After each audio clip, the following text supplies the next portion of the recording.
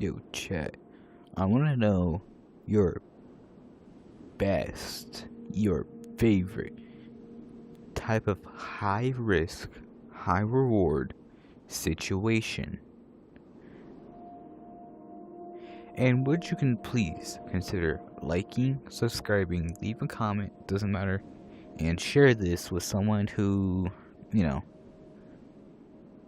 I don't know, I don't care who you share it to, just share it to whoever. Challenge for them, guys. Do it under 10 seconds. Alright, let's get into today's video. Alright. We're gonna be reacting. Hold on, let me find something.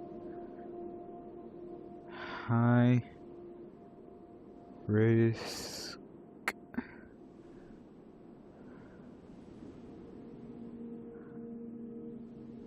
High reward.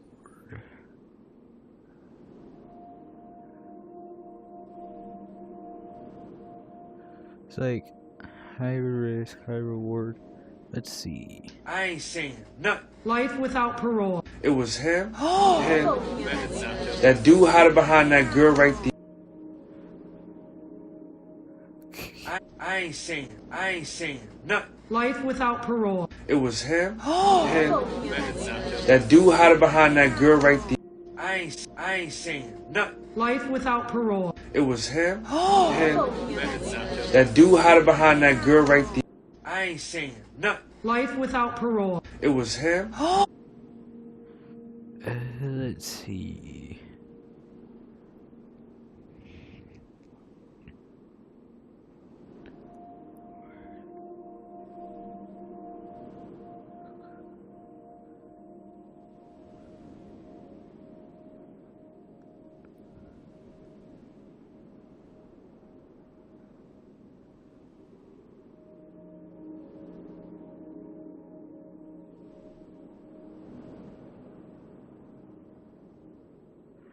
Like, I would say my best high risk, high reward is, you know, skipping, because, like, it does come with, like, it is a higher risk factor, and if you do it right, it's a high reward.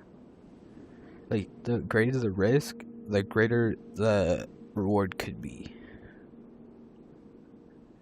Like, if you plan it and do it right, one would think Zara Larson doesn't have to think about money, but we found out she's pretty thrifty. Thanks. When it's hot. But like you gotta know, like, some shit can't happen because of that. Like if you know, like the OGs who did that high risk, high reward I talked about, like went over a little bit. Like the OGs who did that with me would know. Like they know who I'm talking about, but I'm not gonna say who. But like, it is what it is. Oh yeah, I forgot.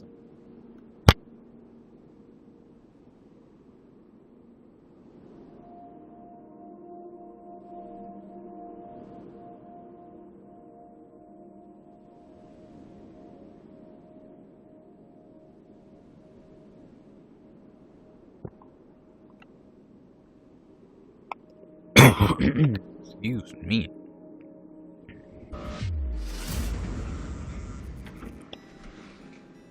All right. The door. Check the door. Check the door. Check the door. Check it.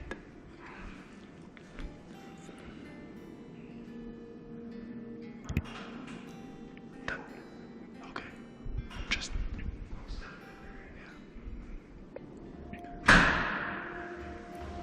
Okay, be careful of flash. So I would say skip ahead if you're watching. What are we gonna do about this door? What door? Yeah, but we have a flash right here. Okay. Just be careful of flashing if there's any.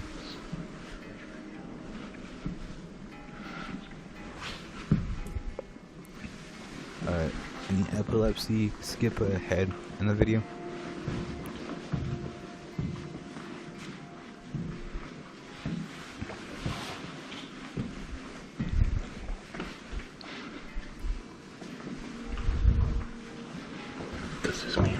here. Yeah. There's a bowling alley must be over here, but I don't know for sure. Might be underneath us. I don't know. Oh, this is the first floor, but yeah, I don't know. We gotta go up. The bowling alley's probably on the same floor as auditorium. Yeah, it might just be the second story. Okay.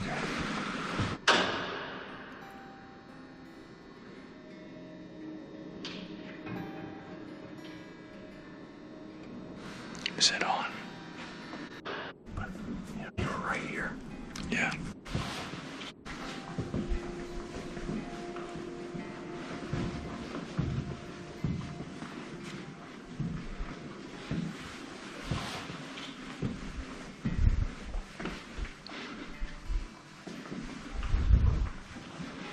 This is me right here.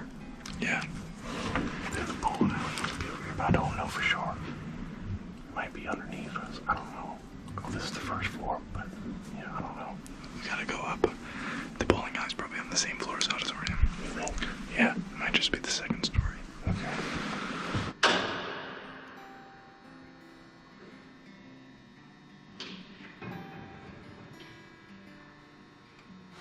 Is it on? It's plugged in, but don't go on. Come on, where's the spotlight? Is it on? It's plugged in, but don't go on. Come on, where's the spotlight? Is it on? It's plugged in, but don't go on. Come on. Okay.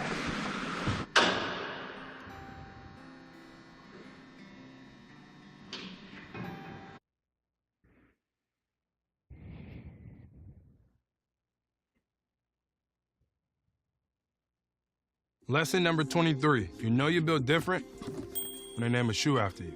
Ooh, these are Get off the swing. No. No, you know it's my turn.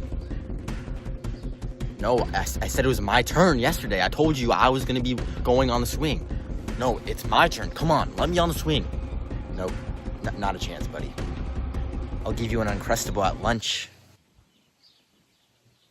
Does your mom peel the crust off? Oh, yeah. You know what? Still gonna be a no. Yeah, well, guess what? You're a poopy pants.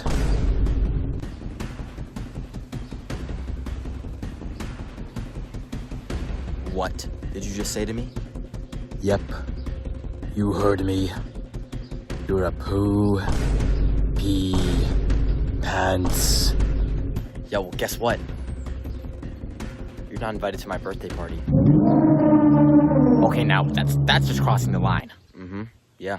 You're gonna. I'm going to your birthday. You're not going to my birthday party. You need to shut up. I don't know what you're talking about. Settle down now, children. What's going on? He's being mean. What the fuck?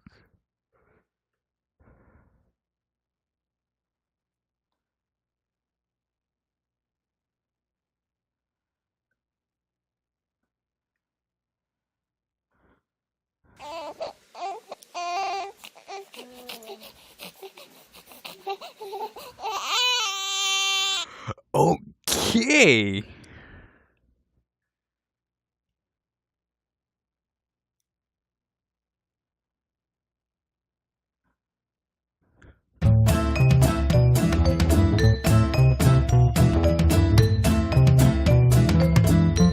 What?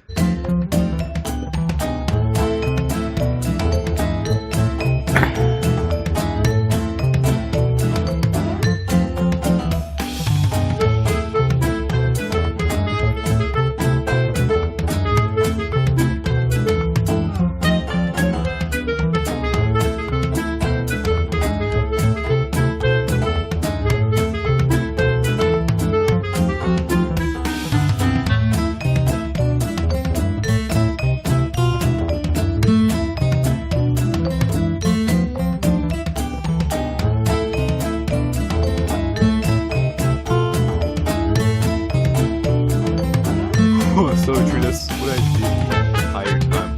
I just like you just hold on. Let me just stop right here.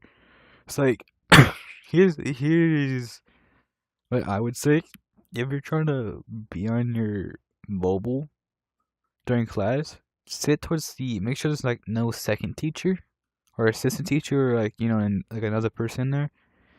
Sit on the far side away from the teacher's desk if there's free seating, and open up your Chromebook, when they say, oh, go and do some online extra stuff, and just whip your mobile out and whip your computer out first. Open that shit. You can either turn it on to have something up, like I would say that, and then like make sure you got a hoodie on, like, cause depending on your school, it may be cold. And then you have your mobile and stuff, and then when the teacher comes around, you just slide that son of a bitch under your hoodie, and then or you just slide it in your sleeve, depending on weight and width. I would say tug it by your waistband where the crotch is. That's what I did.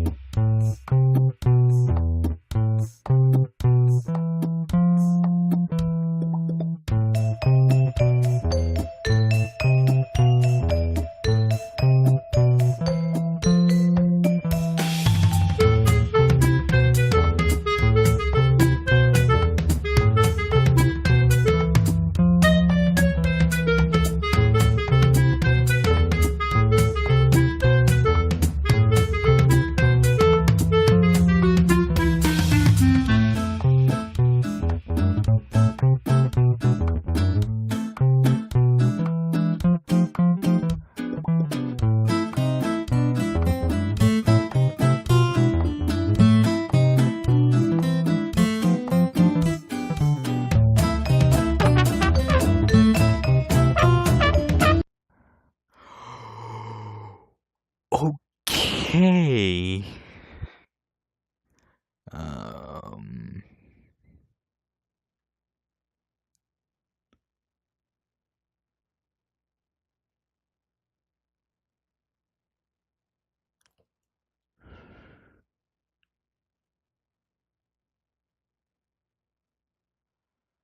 I would say from bottom of foot to top of head. It's like the top of where hair grows out of the skull. I would say that's your height.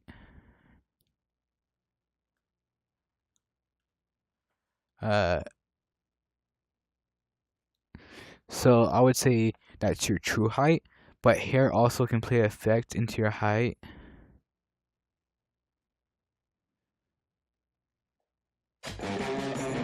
You fought against the...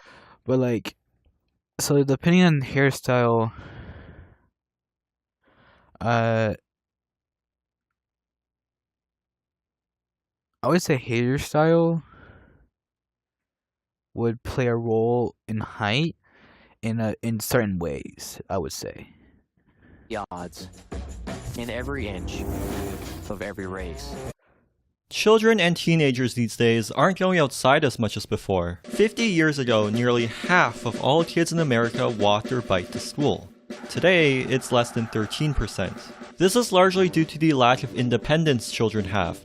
Parents are more worried than ever about letting their kids go out on their own, because look at all these kidnappers outside. Look at them! However, stranger kidnappings are astonishingly rare, and these cases are always sensationalized in the media. The real threat to the safety of children are cars.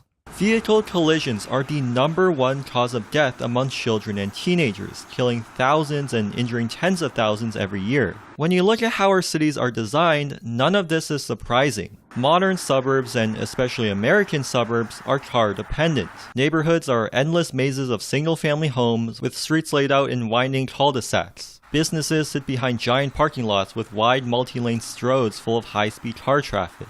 This forces you to cross these big intersections designed for the flow of vehicles rather than the safety of people. This creates a vicious cycle where the dangerous streets make parents drive their kids more, but by doing so, they're adding more cars to the problem. Recently, the channel Oh the Urbanity made a video about Miami, and they caught this footage of a school bus having to stop in an angle and block traffic just so kids can safely get off. Because drivers literally would not stop. So when everything's too far away and crossing the street is too dangerous, children have zero independent mobility until they turn 16 and get a driver's license. Most of the world sets their legal driving age to 18, and for good reason. Teenage drivers are 4 times more likely to crash than adults, mainly due to immaturity and inexperience. But in most of North America, teenagers as young as 16 can drive unsupervised, and in some places, it's as young as 14. If we had viable alternatives to driving, our legal driving age wouldn't have to be so low, and teenagers wouldn't have to risk their lives just so they can have some independence. Until then, children have to rely on mommy and daddy to chauffeur them everywhere. This is where the soccer mom stereotype comes from, someone who spends all their time driving their kids to and from different activities. In car-dependent suburbia, dropping off or picking up kids from school becomes this massive ordeal, with cars backing up for miles of traffic. These schools may be far away and are sometimes in rural locations, but this is primarily due to sprawling car-centric design. Due to the low density of the suburbs, schools have to consolidate into fewer but larger facilities that are farther away, rather than having more smaller schools that are closer. Regardless, schools being in rural places does not justify the lack of infrastructure. This beautiful video by Bicycle Dutch shows how majority of all children in the Netherlands bike themselves to school, even if it's miles away in a rural area. They can do this because they've built safe cycling infrastructure throughout all their cities and the entire country. We might not build bike lanes across the whole country like the Dutch, but even if a fraction of these kids were able to walk or bike to school, it would make a huge difference for both parents and the development of children. A 2002 psychology study asked elementary school students to draw a map of their path to school, and the results were just sad. The child who walked to school on their own produced this accurate detailed drawing with various landmarks along the way. The child who walked with an adult got the orientation wrong, but still roughly identified the right directions. But this is the drawing from the child who was driven to school. Studies in Switzerland from the 90s found that children who freely played in their neighborhood on their own spent twice as much time outside, were way more active, had more than twice as many friends, and had better motor and social skills compared to kids who played in a park under parental supervision. Without independent mobility, children don't get as much exercise, contributing to the major child obesity crisis in the US. It also prevents them from, going out and socializing. Studies show that children with less independence are lonelier as they have a weaker sense of community, lower sense of safety, and have fewer activities with friends. The emptiness of car-dependent suburbia also makes it feel more dangerous. In Jane Jacobs' book, The Death and Life of Great American Cities, she explains the concept known as eyes on the street. It basically means that vibrant and lively streets feel safer as there are more people around and thus more eyes to deter bad behavior. This is why dark alleyways or streets at nighttime feel dangerous. But without people regularly walking by or casual onlookers watching the street, suburbia feels lonely and creepy. If a child were to be kidnapped outside, no one would notice. Over the past few decades, this sense of danger has changed our cultural attitudes towards children being out on their own, to the point where it can literally land you in jail. Like Nicole Gainey, who was arrested and charged with child neglect for letting her son walk to the park alone. Or Deborah Harrell, who spent 17 days in prison and temporarily lost custody of her child all for letting her daughter play in the park alone while she was working at a nearby McDonald's. An even more ridiculous case was Jackie Kendrick, who got reported to Child Services for letting her 2 kids play in her own backyard while she watched them inside. Some schools in the US even have rules not allowing anyone to walk at all, so even if you are with your child, you might end up like Jim Howie from Tennessee, who got arrested for picking his kids up from school on foot instead of driving a car. Even if a child could walk or bike around on their own, car-dependent suburbia is bland. There's almost nothing to do and nowhere to go apart from a park or the shopping mall. Additionally, our public spaces are actively designed specifically to keep kids away. An example of this are those metal studs that are placed on benches or railings to prevent skateboarding. Many malls, amusement parks, and even Chick-fil-A are flat out banning teenagers from entering without parental supervision. The cost of healthcare is an emergency. That's why I'm fighting the insurance companies to ban them from delaying or denying you care you need. I'm John Ossoff, and when Georgians can't afford health care, it's an emergency. These things are getting when the streets are too dangerous and there aren't any places to hang out in, is it a surprise that kids these days want to stay at home all day, playing video games and watching Skibbity Toilet? Social media apps like TikTok basically serve as online public spaces where people can share their voices in an open environment. However, this is just as problematic as Elon Musk saying that Twitter will be the digital town square. With the recent motions to ban TikTok in the US, there's a critical lack of true public spaces that are accessible to young people. Car dependency in North America is not an inevitable thing. Suburbia doesn't have to be built this way. It's possible to make our streets safer and encourage more outdoor activity by changing our infrastructure. This means narrowing streets, installing protected bike lanes, and adding traffic calming measures to slow down cars and prevent collisions. We also need to change our zoning laws to allow higher density houses and small businesses to be built in the suburbs so that people can live closer to amenities. These changes don't only benefit children. When a city is safe and comfortable enough for kids, then it's safe and comfortable for everyone. If you wouldn't let your child ride in this bike lane by themselves, then no one will, because it's not designed properly, period. This is why in the few remaining walkable neighborhoods that do exist in North America, you will see lots of children walking to and from school all by themselves. This is